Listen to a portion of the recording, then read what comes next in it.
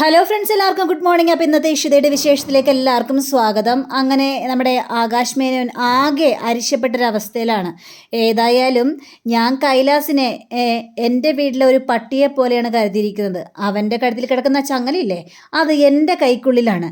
ഇനി ഞാൻ പറയുന്ന രീതിയിലേ കൈലാസ് നടക്കത്തുള്ളു എന്ന് രചനയോട് ഇങ്ങനെ സംസാരിക്കുക.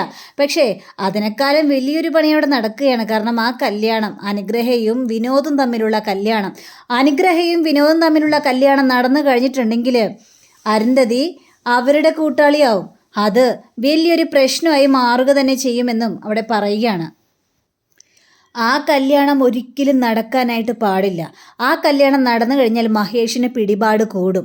അതെങ്ങനെയെങ്കിലും മുടക്കണം. ഇങ്ങനെ കല്യാണക്കാര്യത്തെക്കുറിച്ചും മുടക്കുന്ന കാര്യത്തെക്കുറിച്ചും ഇങ്ങനെ പറഞ്ഞുകൊണ്ടിരിക്കുന്ന സമയത്താണ് ആദ്യം അങ്ങോട്ട് ഭക്ഷണം കഴിക്കാനായിട്ട് ഇറങ്ങി വരുന്നത്. അപ്പോൾ ആദ്യക്കുള്ള ചപ്പാത്തിയൊക്കെ എടുത്ത് കൊടുക്കുകയാണ് രചന. അപ്പോൾ ഭക്ഷണം എടുത്ത് കൊടുക്കുമ്പോഴും ഇവർ മറ്റുള്ളവരുടെ കല്യാണം മുടക്കുക എന്നുള്ളൊരു കാര്യത്തെക്കുറിച്ച് പറയുക. ആ സമയത്ത് ആദ്യക്ക് കാലി വന്നിട്ട്, നിങ്ങൾ എന്തിനാ മറ്റുള്ളവരുടെ കല്യാണം ഇങ്ങനെ മുടക്കാനായിട്ട് നടക്കുന്നത്? ആദ്യം നിങ്ങളുടെ കല്യാണം നടത്താനായിട്ട് ശ്രമിക്കുക. ഇത് കഴിഞ്ഞപ്പോഴേക്കും ഇവർ രണ്ടുപേരും അന്തം വിട്ട് തന്നെ നമ്മുടെ ആദ്യം ഇങ്ങനെ നോക്കുക. എന്താ എന്നിങ്ങനെ നോക്കുന്നത്? അങ്ങനെ നോക്കേണ്ട കാര്യമൊന്നുമില്ല. ഞാൻ പറഞ്ഞ സത്യം തന്നെയല്ലേ, എനിക്കിനി സ്കൂളിലേക്ക് പോകാനായിട്ട് വയ്യ. ഓരോരുത്തരുടെ ചോദ്യത്തിന് മുന്നിൽ ഞാൻ ആകെ നാണം കെട്ടൊരവസ്ഥയിലായി പോവുകയാണ്. അതുകൊണ്ട് നിങ്ങൾ രണ്ടുപേരുടെയും കല്യാണം നടന്നേ മതിയാവുള്ളൂ. എന്താ നിങ്ങൾ കല്യാണം കഴിക്കാത്തത് എന്ന് ചോദിച്ചപ്പോൾ ആകാശ് പറയുകയാണ്, അതെന്താ മോനെ നീ അങ്ങനെ സംസാരിക്കുന്നത്? ദേ മോൻ്റെ മമ്മിയെ എനിക്ക് കല്യാണം കഴിക്കണമെന്ന് ആഗ്രഹമൊക്കെ ഉണ്ട്. പക്ഷെ ചില തടസ്സങ്ങൾ കാരണമാണ്. തടസ്സമോ? എന്ത് തടസ്സം മോനെ? നീ പറയാതെ തന്നെ ഞങ്ങൾ രണ്ടുപേരും കല്യാണം കഴിക്കണ കാര്യമൊക്കെ ഞങ്ങൾക്കറിയാം. പിന്നെന്താ അത് ചെയ്യാത്തത്? നിങ്ങൾ അത് ആദ്യം ചെയ്യുക, അതിനുശേഷം ആകെ ഇനി വർത്തമാനം. നിങ്ങളെന്താ അത് ചെയ്യാത്തത് എന്നിങ്ങനെ വീണ്ടും വീണ്ടും ചോദിക്കുക. മോനെ, അത് പിന്നെ എനിക്ക് കുറച്ച് പണം കിട്ടാനുണ്ട്. അതിനു വേണ്ടി ബാച്ചിലറായിട്ട് കഴിയണം കുറച്ച് ദിവസം. എന്നാൽ മാത്രമേ ആ പണം എനിക്ക് വന്ന് ചേരുള്ളൂ. ഇല്ല, അങ്കിള് പറയുന്നത് മുഴുവനും കള്ളത്തരാ. അങ്കിള് നുണയാ പറയുന്നത്. എനിക്കിത് വിശ്വാസമല്ല. ഞാനെന്തിനാ മോനെ കള്ളം പറയുന്നത്? ഇത് വേണമെങ്കിൽ മോൻ്റെ മമ്മിയോട് ചോദിച്ചു നോക്ക്. അതേ, ഈ അങ്കിൾക്കേ ചില ബന്ധുക്കാരുണ്ടായിരുന്നു. അവിടെ ആ അങ്കിള് കല്യാണം കഴിച്ചത് അങ്ങ് ഒരു മദാമയാ. അവിടെ രണ്ടുപേരും മരിച്ചുപോയി. പിന്നെ അവരുടെ സ്വത്തുക്കൾ മുഴുവനും എനിക്കുള്ളതാ. പക്ഷേ ഞാൻ ബാച്ചിലറായിട്ട് കഴിഞ്ഞാൽ മാത്രമേ ആ സ്വത്തുക്കൾ എൻ്റെ കയ്യിലേക്ക് കിട്ടുള്ളൂ മോനെ. ഇത് കേട്ട് കഴിഞ്ഞപ്പോഴേക്കും മമ്മി, അങ്കിള് പറഞ്ഞത് സത്യമാണോ എന്ന് രചനയോട് ചോദിക്കുക. അത് പിന്നെ മോനെ, എനിക്ക് ആകാശ് പറഞ്ഞ ഒരറിവ് മാത്രമേ ഉള്ളൂ. ഇത് കേട്ട് ആദിക്ക് കാലി വന്നിട്ട്, ഇല്ല, അങ്കിള് പറയുന്ന മുഴുവനും കള്ളത്തരമാണ്. അങ്കിള് എൻ്റെ മമ്മിയെ ഒഴിവാക്കിയാണ്. എൻ്റെ മമ്മിയെ കല്യാണം കഴിക്കാനായിട്ട് അങ്കിൾക്ക് കഴിയില്ല എന്നും പറഞ്ഞ് ആദി ദേഷ്യപ്പെട്ട് നേരെ മുകളിലേക്ക് കയറി പോവുകയാണ്. രചനയ്ക്കാണെങ്കിൽ ആകെ ടെൻഷൻ കൂടിയിട്ട് ഒരു രക്ഷയില്ല. ഇത് കണ്ടില്ലേ, എൻ്റെ മോൻ്റെ അവസ്ഥ കണ്ടില്ലേ? ഇനി അവനെ എങ്ങനെ വിശ്വസിപ്പിച്ചെടുക്കും? ആലോചിച്ചിട്ട് എനിക്കൊരു എത്തും പിടിയും കിട്ടുന്നില്ല. അപ്പോൾ ആകാശ്, അവനെ വിശ്വസിപ്പിക്കണം. അവനെ വിശ്വസിപ്പിക്കാൻ വേണ്ടി ഞാൻ അവൻ്റെ മുന്നിലേക്ക് ഒരു പേപ്പേഴ്സ് കൊണ്ടുവരാം. എന്നിട്ട് അവനെ അത് കാണിക്കാം. അല്ലാതെ അവൻ പറഞ്ഞതുപോലെ നിന്നെ അങ്ങനെ കല്യാണം കഴിക്കാനൊക്കെ എനിക്ക് പറ്റുമോ രചന എന്ന് ആകാശ് പറഞ്ഞു കഴിഞ്ഞപ്പോഴേക്കും രചന ആകെ അയ്യടാ എന്നായിപ്പോയി. കാരണം ഇവൻ്റെ സ്വഭാവം വേറെയാണെന്ന് രചനയ്ക്കും അറിയാം.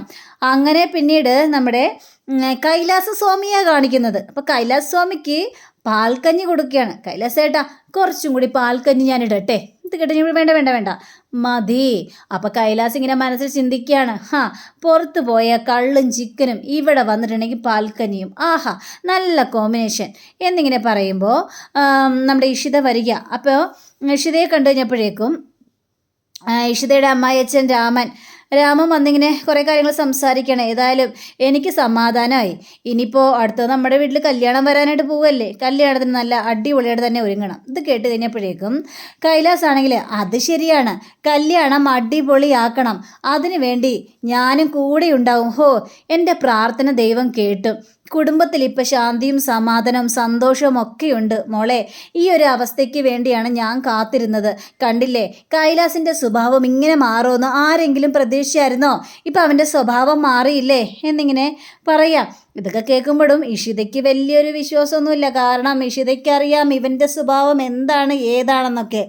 അങ്ങനെ നമ്മുടെ കൈലാസം അങ്ങോട്ട് പോവുകയാണ്. ഏതായാലും വരട്ടെ അച്ഛാ, എവിടം വരെ ഇതൊക്കെ പോകുമെന്ന് നമുക്ക് കണ്ടറിയാം, അതുവരെ നമുക്ക് വെയിറ്റ് ചെയ്യണം. അങ്ങനെ ഇഷിത ചിപ്പിക്കുള്ള ഭക്ഷണം എടുത്ത് വെക്കുക. അപ്പോൾ ചിപ്പി വന്നിട്ട്, അമ്മ ഞാൻ പറഞ്ഞിട്ടില്ല അമ്മ എനിക്ക് ഇത്രയും ഭക്ഷണം വേണ്ട എന്ന്, എനിക്ക് ഇത്രയൊന്നും കഴിക്കാനായിട്ട് പറ്റില്ല, കണ്ടോ എന്തോരം കറിയാണ്, ഈ കറി എന്തിനാണ് ഇങ്ങനെ വേസ്റ്റ് ആക്കുന്നത് അമ്മേ, ദേ അച്ചച്ചൻ പറഞ്ഞിട്ടുണ്ട് ഭക്ഷണം നമ്മൾ ദൈവത്തെ പോലെ കരുതണമെന്ന്, ആ ഭക്ഷണം വേസ്റ്റ് ആക്കാൻ പാടില്ലെന്ന് അച്ചച്ചൻ പറഞ്ഞു തന്നിട്ടുണ്ട്. മോളുടെ അച്ചാച്ചൻ പറഞ്ഞതേ വളരെ ശരിയാണ്, ഭക്ഷണം അങ്ങനെ വേസ്റ്റ് ആക്കാൻ പാടില്ല. ചിലവർ ഭക്ഷണത്തിൻ്റെ മുന്നിൽ നിന്ന് പ്രാർത്ഥിക്കുന്നത് കണ്ടിട്ടില്ലേ, പിന്നെ എന്തിനാ അമ്മ എനിക്ക് ഇത്രയും ഭക്ഷണം എടുത്ത് വയ്ക്കുന്നത്, ദേ ഈ കുഞ്ഞു വയറിൽ എന്തോരം ഭക്ഷണം കൊള്ളുമെന്ന് അമ്മയ്ക്കറിയാം. ഇത് മൊത്തം മോൾക്കല്ല, ഇത് ആദിയേട്ടനും കൂടിയാണ്. ആദിയേട്ടനോ? ആ, ഇത് ആദിയേട്ടനും കൂടിയാണ് ഞാൻ ഈ ഭക്ഷണം വെച്ചിരിക്കുന്നത്. ആ മോളെ, ഇത് ആദിയേട്ടനും കൊടുക്കണം. പക്ഷേ ഞാൻ കൊടുത്ത ആദിയേട്ടൻ കഴിക്കോ? എന്നെ വഴക്ക് പറയും.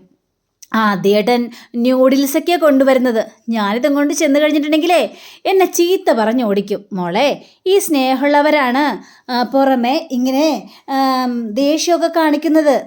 ദേ അവർക്ക് സ്നേഹം പ്രകടിപ്പിക്കാൻ അറിയില്ല, അതുകൊണ്ട് ദേഷ്യം കാണിക്കും നമ്മുടെ മുന്നിൽ വന്ന്. അതൊന്നും നമ്മൾ കാര്യമാക്കണ്ട. നമ്മൾ അവരെ സ്നേഹത്തോടു കൂടി അവർക്ക് ഭക്ഷണമൊക്കെ വിളമ്പിക്കൊടുത്ത് അവരുടെ മനസ്സ് മാറ്റി നമ്മുടെ രീതിയിലുള്ള പോലെ ആക്കണം. ഇതാണ് നമ്മൾ സ്നേഹം കൊടുക്കുക എന്നൊക്കെ പറയുന്നത്. ഇത് കേട്ട് കഴിഞ്ഞപ്പോഴേക്കും ചിപ്പിക്ക് ഒരുപാട് സന്തോഷം തോന്നിക്കണം. ചിപ്പി അങ്ങനെ ഇഷിതയുടെ കവളിലൊരു ഉമ്മയും കൊടുത്തിട്ട്, എൻ്റെ അമ്മ എത്ര നല്ല അമ്മയാ, എനിക്ക് ഇതേപോലെ ഒരു അമ്മയെ കിട്ടിയല്ലോ എന്ന് പറയുക. അങ്ങനെ പിന്നീട് ഈ കൈലാസ് നേരെ ആകാശ് മേനോനെ വിളിക്കുക. എന്താടോ കാര്യങ്ങളൊക്കെ? അതെ, എനിക്കുള്ള ആശ്രമം റെഡിയായോ? ഇത് കേട്ട ആകാശാണെങ്കിൽ പിന്നെ എപ്പോഴേ റെഡിയായ ആശ്രമം ദേ 5 സ്റ്റാർ ഗെറ്റപ്പിലാണ് ആശ്രമം ഇരിക്കുന്നത്. സ്വിമ്മിംഗ് പൂളും പിന്നെ കുറേ അരിമണി പോലത്തെ പെണ്ണുങ്ങളും അങ്ങനെ കുറേ കാര്യങ്ങളുണ്ട്. പിന്നെ നിനക്കിരിക്കാൻ വേണ്ടി വലിയൊരു സിംഹാസനം തന്നെയാണ് ഞാൻ ഒരുക്കി വെച്ചിരിക്കുന്നത്. ആശ്രമം എപ്പോൾ റെഡിയായി? ഇത് കേട്ട് കഴിഞ്ഞപ്പോഴേക്കും ആകാശ് സാർ എന്നെ കളിയാക്കിയതാണല്ലേ? നിർത്തടാ, പിന്നെ നീ എന്താ വിചാരിച്ചത്? നീ എനിക്ക് വേണ്ടി എന്തെങ്കിലും ഒരു കാര്യം ചെയ്ത് കാണിച്ചിട്ടുണ്ടോടാ? നീ ആദ്യം എനിക്ക് വേണ്ടി എന്തെങ്കിലും ഒരു കാര്യം ചെയ്ത് കാണിക്കുക, അതിനുശേഷം നീ ആശ്രമം ഉണ്ടാക്കുന്ന കാര്യം പറ. അല്ലാതെ ഇങ്ങനത്തെ കാര്യം പറഞ്ഞുകൊണ്ട് എൻ്റെ മുന്നിൽ മേലെ വരാൻ നിൽക്കരുത്. സാറ് പറഞ്ഞതുപോലെ തന്നെ കാര്യങ്ങളെല്ലാം നടക്കും. പിന്നെ നീ അത് നടത്തി കാണിക്കടാ. ഞാൻ പറഞ്ഞില്ലേ, ആ പ്രോഫിറ്റ് അത് നീ എൻ്റെ പേരിലേക്ക് താ. കാരണം 90% ഇപ്പോൾ അത് മഹേഷിൻ്റെ ആകാനായിട്ട് പോയിക്കൊണ്ടിരിക്കുക. ഇനി എനിക്കൊരു വിശ്വാസം 10% മാത്രമേ ഉള്ളൂ. അതെങ്കിലും നീ എനിക്ക് വെച്ചുകൊണ്ട് താ. അതിന് ശേഷമാകാം ബാക്കിയുള്ള സംസാരം. അല്ലാതെ അവൻ ആശ്രമം കീശ്രമം എന്നൊക്കെ പറഞ്ഞുകൊണ്ട് വരും. സാറിന് അന്ന വാക്ക് ഞാൻ പാലിച്ചിരിക്കും സാറേ, അത് ഉറപ്പുള്ള കാര്യം തന്നെയാണ്. ഇവരിങ്ങനെ സംസാരിച്ചുകൊണ്ടിരിക്കുന്ന സമയത്താണ് ഇഷിത അങ്ങോട്ട് വരുന്നത്. സാർ എനിക്ക് ദൈവത്തെ പോലെയാണ്. പെട്ടെന്ന് നോക്കിക്കഴിഞ്ഞപ്പോഴേക്കും ഇഷിത അവിടെ നിന്ന് ഈ കാര്യങ്ങളെല്ലാം ശ്രദ്ധിക്കുന്നത് ഇയാൾ കാണുക, ഈ കൈലാസ്. അപ്പോൾ ഇത് കണ്ടെന്നറിഞ്ഞു കഴിഞ്ഞപ്പോഴേക്കും കൈലാസ് വിധം മാറ്റി, നിങ്ങളുടെ ഇതൊക്കെ എനിക്ക് മനസ്സിലായി, നിങ്ങൾ എപ്പോഴാണ് എന്താ വേണ്ടെന്ന് പറഞ്ഞാൽ മതി, എല്ലാം ദൈവം അനുഗ്രഹിക്കും എന്ന് പറഞ്ഞുകൊണ്ട് പെട്ടെന്ന് അവിടെ ഫോൺ വെക്കുക. അങ്ങനെ കൈലാസ് നേരെ ഇഷിതയുടെ മുന്നിലേക്ക് വന്നിട്ട്, ഫോൺ വിളിയേ, ഓരോ ആൾക്കാരും നമ്മളെ അന്വേഷിച്ച് വന്നുകൊണ്ടിരിക്കുകയാണ്. ഫോണിൽ കൂടി അപ്പോൾ പരിഹാരക്രിയകളെല്ലാം പറഞ്ഞു കൊടുക്കാറുണ്ട് ഈ കൈലാസ് സ്വാമികൾ അല്ലേ? അതേ പെങ്ങളെ, ഇപ്പോൾ എനിക്കത് മാത്രമല്ലേ ജോലിയുള്ളൂ. ഈ വലിയ ദൈവം എന്നൊക്കെ പറയുന്നത് ആരാണെങ്കിലും എവിടം വരെ ഈ കളി പോകുമെന്നൊന്നും എനിക്കറിയണമല്ലോ എന്നും പറഞ്ഞുകൊണ്ട് ഇഷിത പോവുക. പക്ഷേ ഇഷിതയുടെ മുന്നിലേക്ക് വലിയൊരു ഇടിവെട്ട് ന്യൂസുമായിട്ട് ഇഷിതയുടെ ചേച്ചി വരിക. അപ്പോൾ ഇഷിതയുടെ ചേച്ചി വന്നിട്ട് കാര്യങ്ങളെല്ലാം പറയണം. മോളെ, പ്രശ്നത്തിൻ്റെ മേലെ പ്രശ്നമാണ്. മാധവനില്ലേ, മാധവൻ്റെ ഭാര്യയായിട്ട് വലിയ ഇതൊന്നുമല്ല. പക്ഷേ അവൻ്റെ സംസാരത്തിൽ നിന്ന് എനിക്ക് മനസ്സിലായത് നിൻ്റെ പേരാണ്. അവൻ സംസാരിച്ച് ലാസ്റ്റ് നിൻ്റെ പേരിലാണ് എത്തുന്നത്. ഇനി അവനും കൂടി ഇങ്ങോട്ട് വന്നു കഴിഞ്ഞിട്ടുണ്ടെങ്കിൽ ഇനി പ്രശ്നത്തിൻ്റെ മേലെ പ്രശ്നമാവും. മോളെ ഇഷിതേ, എനിക്കാകെ പേടി തോന്നുന്നു. ചേച്ചി എന്തിനാ പേടിക്കുന്നത്? ഇതൊന്നും എന്നെ ബാധിക്കുന്ന പ്രശ്നമല്ല. ഞാൻ എൻ്റെ ഭർത്താവിൻ്റെ കൂടെയാണ് ജീവിക്കുന്നത്. മൂന്നാമതൊരാൾ എൻ്റെ ജീവിതത്തിലേക്ക് കടന്നു വരാനായിട്ട് ഞാൻ സമ്മതിക്കില്ല ചേച്ചി. ആ കാര്യത്തിൽ ചേച്ചി പേടിക്കേണ്ട കാര്യമൊന്നുമില്ല. ചേച്ചി സമാധാനമായിട്ട് പോ. എന്നും പറഞ്ഞുകൊണ്ട് ചേച്ചിയെ സമാധാനത്തോട്ട് വിടുക. ഇതേ സമയം തന്നെ നമ്മുടെ ഇവൻ അതായത് അളിയൻ നേരെ വന്നിട്ട് ഇങ്ങനെ ഓരോ അടവുകളായിട്ട് വരികയാണ്. സ്വാമിയാരാണല്ലോ. അപ്പോൾ അച്ഛ അമ്മ ഒന്ന് എണീക്കാവോ? എന്തിനാ മോനെ? എൻ്റെ മുന്നിലൊന്ന് എണീക്ക്, ഇതെൻ്റെ ഒരു അപേക്ഷയാണ്. ശരി, നീ പറഞ്ഞിട്ട് ഇനി കേട്ടില്ല എന്ന് വേണ്ട. എന്താണ് കൈലാസസ്വാമി, ഞാൻ എണീറ്റല്ലോ എന്നൊക്കെ പറഞ്ഞു കഴിഞ്ഞപ്പോഴേക്കും അച്ഛ അനുഗ്രഹിക്കണം, അമ്മയെ അനുഗ്രഹിക്കണം. എന്തിനാ മോനെ ഞങ്ങളുടെ അനുഗ്രഹം മേടിച്ചത്? സാക്ഷാൽ പരമശിവൻ്റെയും പാർവതി ദേവിയുടെയും അനുഗ്രഹം കിട്ടിയ പോലെയാണ് എനിക്കിപ്പോൾ തോന്നുന്നത്. എനിക്ക് ചില ഉൾവിളികളൊക്കെ ഉണ്ടായി, അതുകൊണ്ട് അങ്ങ് ദൂരെയാണ്. ഇതൊക്കെ കേട്ട് കഴിഞ്ഞപ്പോഴേക്കും മഞ്ജിമ പറയുകയാണ്, എന്താ കൈലാസേട്ടൻ എന്നെ വിട്ട് ഇനിയും പോകാനുള്ള പരിപാടിയാണോ? ഇല്ല, ഒരിക്കലും ഞാനതിന് സമ്മതിക്കില്ല. വിട്, ഞാനൊന്ന് പറഞ്ഞോട്ടേന്നേ. ഹരഹര. അതായത് ഞാൻ പറയുന്ന കാര്യങ്ങൾ ഒന്ന് ശ്രദ്ധിച്ച് കേൾക്കണം നിങ്ങൾ. ഏതായാലും മഞ്ജിമ എന്നെ വിടില്ലെന്ന് എനിക്ക് പൂർണ്ണ ഉറപ്പായി. പക്ഷേ എനിക്കൊരാശ്രമം കിട്ടിയേ മതിയാവുള്ളൂ.